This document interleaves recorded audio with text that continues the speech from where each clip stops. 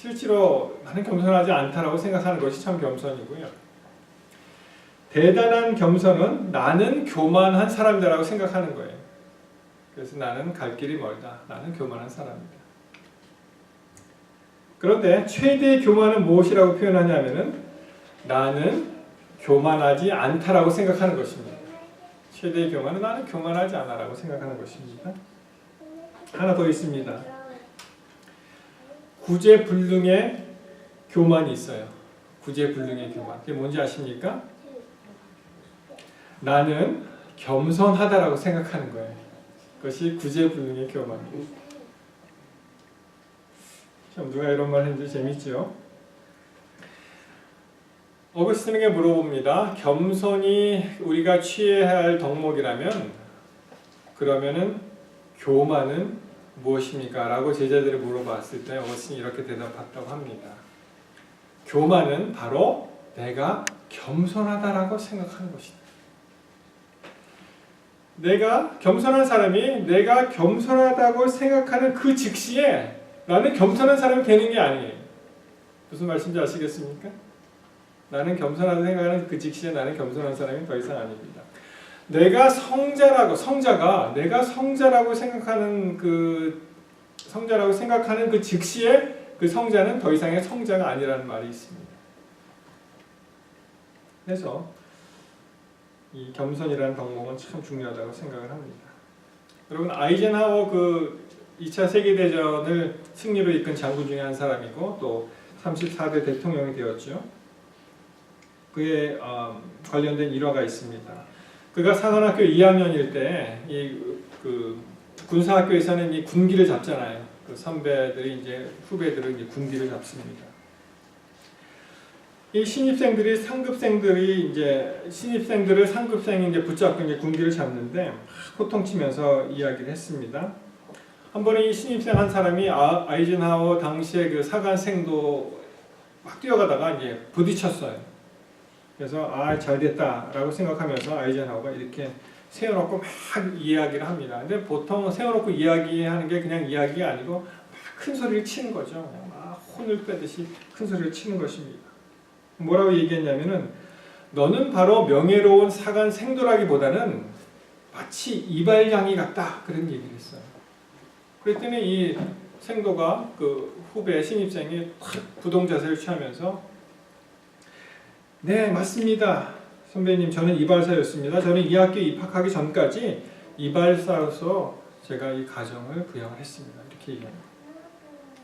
아이젠하워가 할 말을 잃었어요 갑자기. 왜냐하면은 그가 진짜 이발사인지 어떻게 알겠습니까?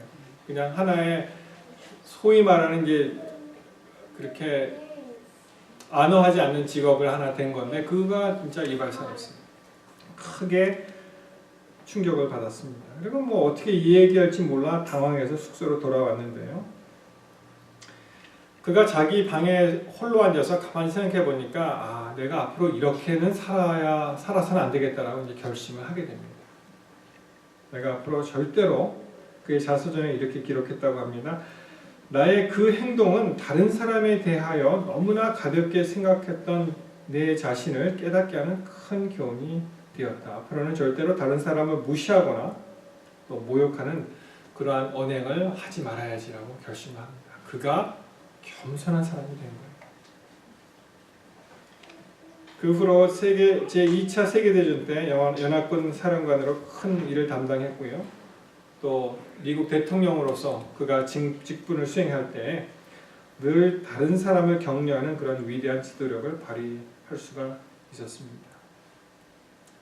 이 교만의 후회가 찾아오고요. 이 겸손에 바로 지도력이 함께 따라온 것입니다. 내가 앞으로는 이렇게 살아야지. 그래서 겸손은요. 하나님께서 우리를 쓰실 수 있는 그러한 그릇을, 우리라는 그릇을 준비하는 것입니다. 하나님께서 겸손한 자를 쓰십니다.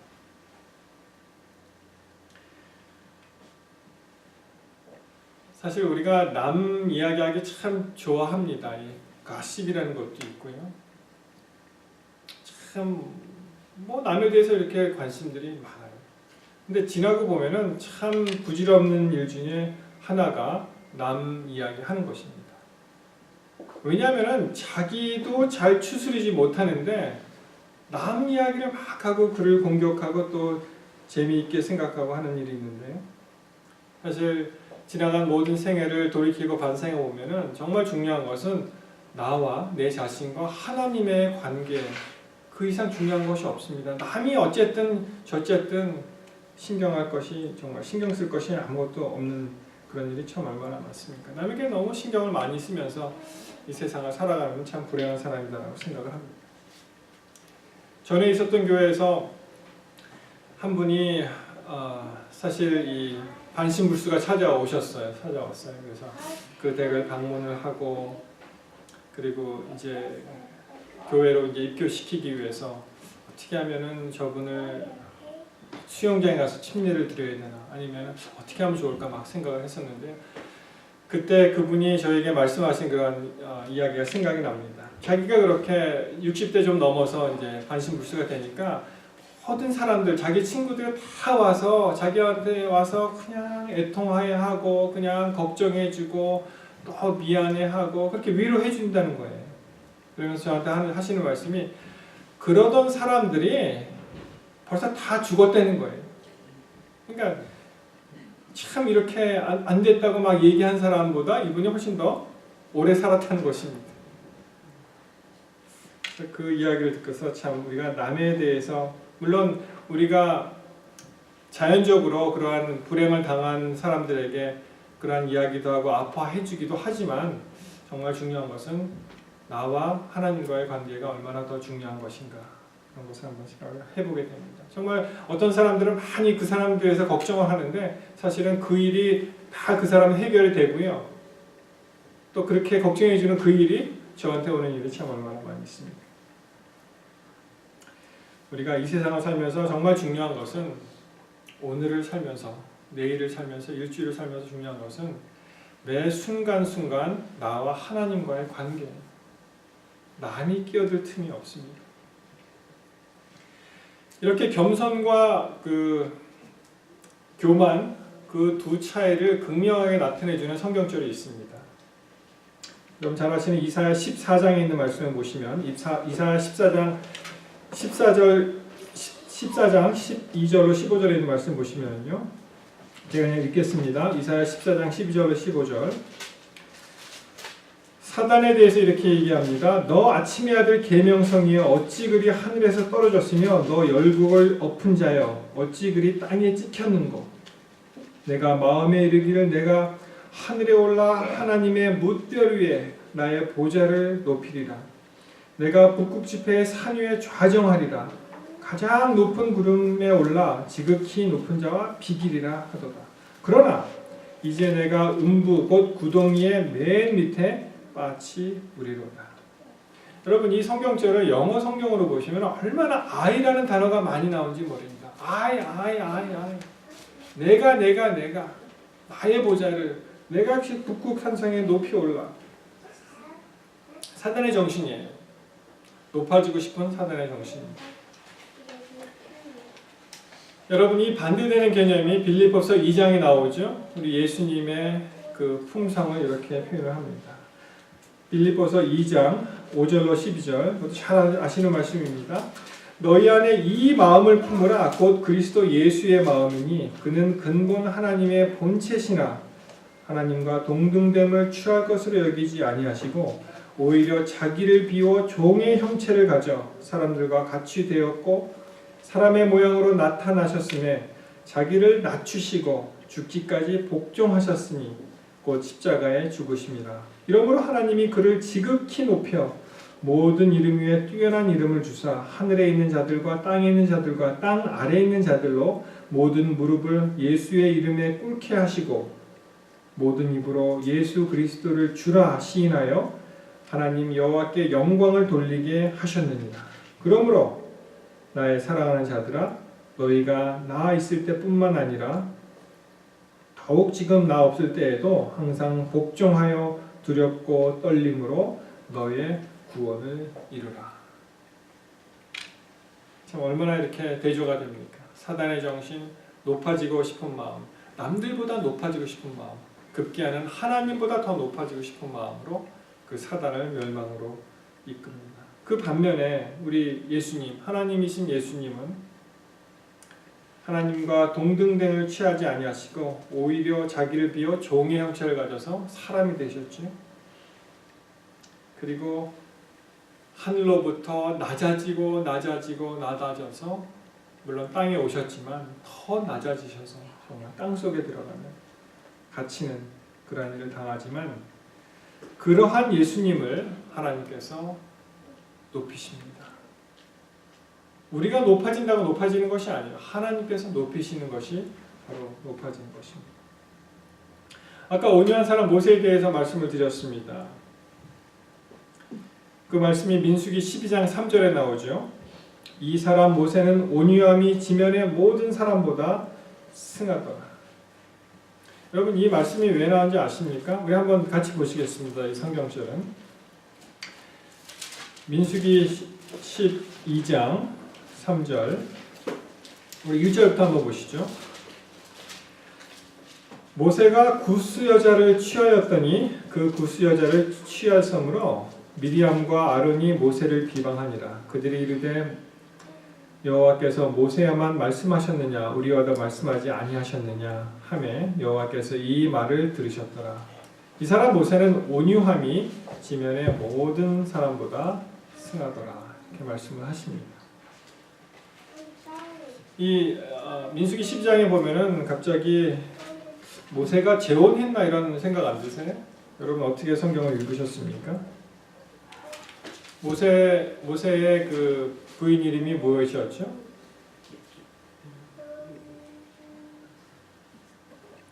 갑자기 생각 안 나죠? 십보라였죠. 근데 갑자기 구스연이 나오잖아요. 그래서 성경학자들이 뭐 언제 죽었는지는 모르지만 십보라는 죽었다. 이 이티오피아 여인을 다시 취했다. 그것이 문제가 되었다. 막 이렇게 얘기하는 사람들이 있습니다. 사실 우리가 구조와 선자를 뭐 다 읽으셨겠지만 거기 보시면은 해답이 나와 있죠. 구조와 선자 이렇게 말씀하십니다. 구스 여자 민수기 12장 1절로 불리웠지만 모세의 아내는 미디안 사람이었으므로 곧 아브라함의 후손이었다. 그 여자는 외모에 있어서 살빛이 다소 검은 점에서 히브리 사람들과 달랐다. 십보라는 비록 이스라엘 사람은 아니었으나 참 하나님을 경배하는 사람이었다. 구조선자 33장에 나옵니다. 그래서 쉽게 설명을 드리면은 구스 여인이라는 그 표현은 우리가 그냥 좀 이 다크 스킨이 있죠. 얼굴이 좀 피부색이 좀 검은 계통의 다크 스킨인 사람한테 그냥 이거 뭐 절대로 폄하하는 그런 표현은 아닙니다. 저 사람 아프리카에서 왔다 이런 표현을 쓸 수가 있잖아요. 그렇죠? 마치 구스라는 것이 하나의 대표 명사가 되어서 그렇게 사용된 것입니다. 이 내용은요. 쭉 읽어보시면 이 지도력에 대한 어떠한 도전이 되는 거예요. 지도력을 막 도전하는 그런 얘기가 쭉 나와서 나중에 이 미리암이 그 문둥병에 걸린 얘기 나오죠. 이 번역에서 온유한 사람이라는 그러한 표현을 새 번역에서는 겸손한 사람이라고 표현을 합니다. 아까 말씀드렸듯이 겸손, 온유 다 비슷한 맥락에서 우리가 이해할 수가 있다고 말씀을 드렸죠. 이 온유한 사람은요, 어떠한 일이 미쳤을 때 즉각 반응하지 않습니다. 하나님께서 그 영이 그 속에 있기 때문에 하나님의 때를 기다리고 하나님의 때를 맞춰서 그가 일을 시작을 합니다. 모세가 흔들리지 않았어요. 여기서 정말 자기 이너서클 중에 최측근으로부터 공격을 받았지만 그가 성경 말씀을 자세히 보시면은 이런 방구하지 않았습니다. 같은 시대에서 같은 구조와 선지자 이렇게 말씀하십니다. 모세는 그들의 비난을 불평 없이 침묵으로 참았다. 모세가 백성들의 불신과 불평, 그의 변함없는 조력자가 되어야 할 사람들의 교만과 시기에 대하여 참을 수 있는 준비를 갖춘 것은 미디안에서의 수고와 기다리는 세월 동안에 얻은 경험, 곧 그곳에서 개발한 겸손과 인내의 정신이었다. 그래서 이 온유한 사람은 하나님께서 그 영이 그 마음에 함께 하심으로 겸손과 인내의 정신을 이해하는 사람입니다.